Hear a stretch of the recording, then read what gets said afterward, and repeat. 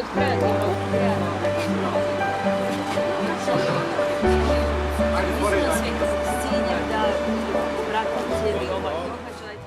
Dobar vam dan i dobrodošli na Šetnicu kulture. Nastavljamo Dan evropskog nasljeđa, a nakon sjajnih programa koji su nam prošlih srijeda prezentirali učenici i nastavnici Srednje muzičke škole iz Sarajeva, Osnovne škole Kiseljak 1 Bilalovac, Srednjoškolskog centra Hadžići i Mješovite srednje škole Nordbat 2 iz Vareša. Na ovu našu improviziranu scenu danas stupaju članovi Kulturno-umjetničkog društva Baščaršija iz Sarajeva. Poželimo im dobrodošlicu na Šetnicu kulture.